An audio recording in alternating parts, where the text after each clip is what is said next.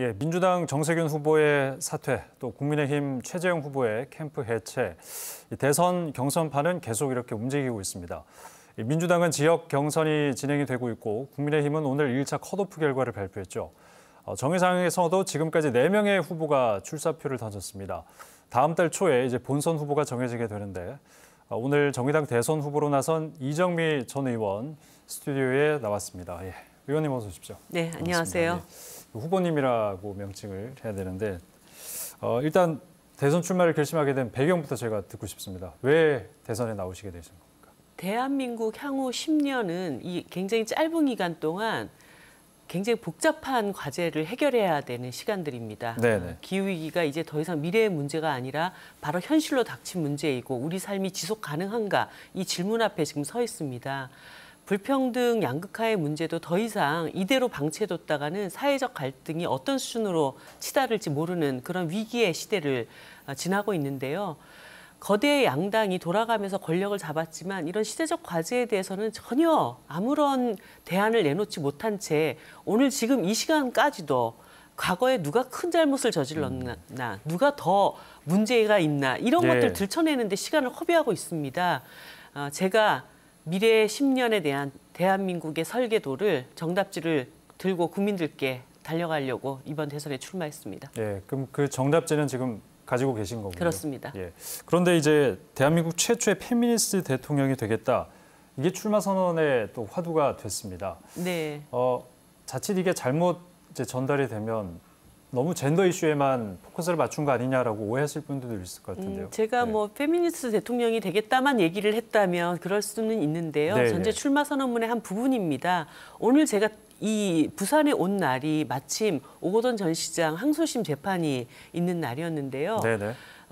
대한민국 모든 여성들이 안심하고 살아갈 수 있는 사회를 만들려면 최고 통치권자가 여성들에 대한 어떠한 차별과 혐오와 폭력으로부터 단호한 목소리를 내겠다. 이것이 가장 중요하다고 봅니다. 네. 그리고 대한민국의 남성들도 모든 인간이 존엄하고 평등하고 그리고 서로 연대하면서 살아가는 사회에 대한 그런 기대와 요구는 분명히 있다고 생각합니다. 네, 그렇다면 보통 저희가 이제 대선 1호 공약을 여쭙는데 그 공약도 이 여성인권 이쪽과 관련된 공약입니까? 제가 이번에 내놓은 그 핵심적인 공약은 위기의 시대 그리고 각자 도생의 시대에 사람들이 너무나 외롭고 힘들게 살아가고 있습니다. 그렇기 때문에 사람과 사람이 서로 돌보고 또 사람이 빚을 진 기후 환경을 돌보는 돌봄의 시대를 열겠다. 돌봄 혁명을 1차 공약으로 내걸었습니다. 돌봄 혁명을 열겠다.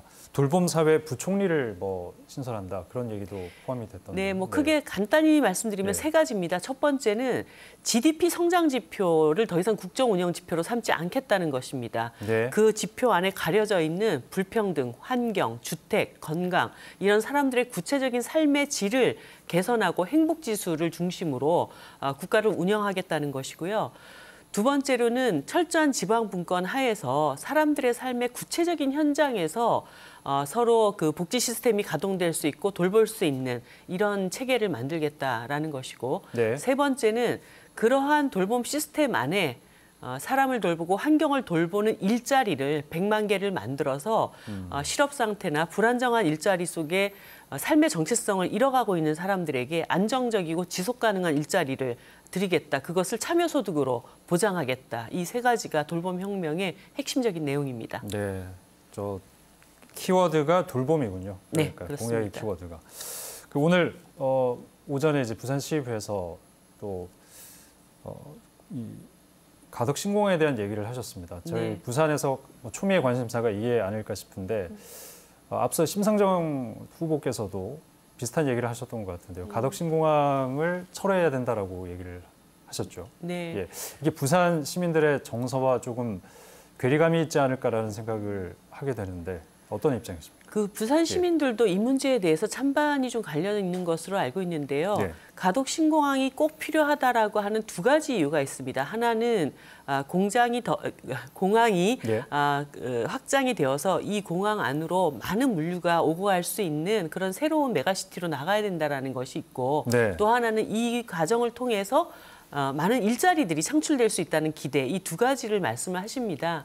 첫 번째 것은 현재 있는 김해공항을 더 확장하는 방식으로 굳이 안정성도 경제성도 충분히 확보되어 있지 못한 가덕신공항을 만드는 것보다 훨씬 더 효과적이다라는 말씀을 드리고요. 28조가 쏟아부어지는 이 사업이 과연 일자리 사업으로 이어질 수 있겠는가? 아니면 토건 개발업자들만 배를 불리고 나중에 이게 결과적으로는 국민들의 어떤 부채로 떠안기는 이런 일이 벌어질 수 있는가? 네. 이걸 따져볼 때 오히려 부산 시민들이 원하는 실질적인 일자리 사업, 실질적인 일자리 확대라고 하는 것에 그 예산을 투입하는 것이 훨씬 더 효과적이라는 말씀을 드립니다. 예, 그 김해공항 확장안이 가덕신공항보다 안정성에 있어서 못할 것이 없다. 그렇습니다. 거기를 판단을 하시는 거군요. 거기를 새롭게 확장 리모델링 한다면 네네. 가덕신공항에 쏟아붓는 돈의 아주 일부만을 가지고도 그런 요구 사항들을 저는 수렴할 수 있다고 봅니다. 예. 근데 많은 전문가들은 그 확장했을 때도 여러 가지 안정성에는 우려를 나타내고 있는 부분이 있는데 이미 형성되어 있는 공항이기 때문에 거기에서 그런 안정성 문제에 대한 충분한 검토 속에서 확장을 하면 되지 않는가 싶습니다. 알겠습니다. 어떤 매체와의 인터뷰에서 심상정 1인 독주 체제가 너무 오래돼 왔다. 이제는 좀 변화가 필요하다 이런 말씀을 하셨는데 어쨌든 이제 그 정의당의 후보로서 또 서로 이제 대결을 하셔야 되는 거 아니겠습니까? 네. 어떤 본인만의 리더십이 있는지 차별화할 수 있는 부분이 있을까요? 지금은 모든 정치의 성찰의 시간이라고 봅니다. 촛불까지 들어서 세상을 바꾸라고 했는데 이렇게 4년 내내 서로 쌈박질만 하다가 시간을 허비했던 정치권 안에 뭐 거대 양당도 있지만 정의당도 그 책임이 없다고도 얘기할 수 없습니다. 미래로 나가기 위해서는 철저한 성찰 위에 변화가 수반이 돼야 됩니다. 그런 점에서 저는 변화를 이끌어낼 수 있는 리더십이라고 생각합니다. 그런데 그 변화를 위해서는 반드시 대통령이 될 수 있는 어떤 믿음, 역량, 능력 이런 것들을 가져야 하는데 제가 정의당의 2년 동안 당대표를 2017년, 2018년 이끌면서 그 어려운 시기에 당의 전성기를 이끌어냈던 당대표입니다. 그 역량을 밑거름 삼아 변화와 믿음 두 가지를 다 가질 수 있는 리더십이라고 생각합니다. 알겠습니다. 지난 그 총선 성적 민주당 이중대라는 오명 그리고 당내 성추행 파문까지 여러 가지 힘든 시기가 이제 이정미 전 의원께서 당대표로 계실 때가 아니고 그 이후에 이제 벌어진 좀 일들 아니겠습니까? 안타까운 부분이 좀 있으실 것 같은데 그래서 이번 대선에서 어느 정도 지지율을 확보하고 어느 정도 이제 대한정당으로서의 그런 역할을 할 수 있을 거라고 생각하시는지. 이번에 대선에 나올 때 그 생각을 했습니다. 정의당이 이렇게 흔들리고 정의당이 취약해질수록 정말 우리 정치가 이때까지 보호하지 못했던 사람들의 삶이 흔들리고 취약한 상태로 내몰린다. 정신을 다시 바짝 차리자. 정의당이 국민들에게 정말 자신의 어떤 기득권이 아니라 국민들의 어떤 요구에 충실한 그런 정당으로서의 목소리를 제대로 낸다면 거대 양당에 실망한 많은 국민들께서 새로운 선택지로서 새로운 가능성으로서 정의당을 다시 키워주실 거라고 하는 믿음을 갖고 있습니다. 그런 점에서 제가 진실된 마음으로 저희를 집권정당 만들어 주십시오. 이렇게 대선에 임하겠습니다. 알겠습니다.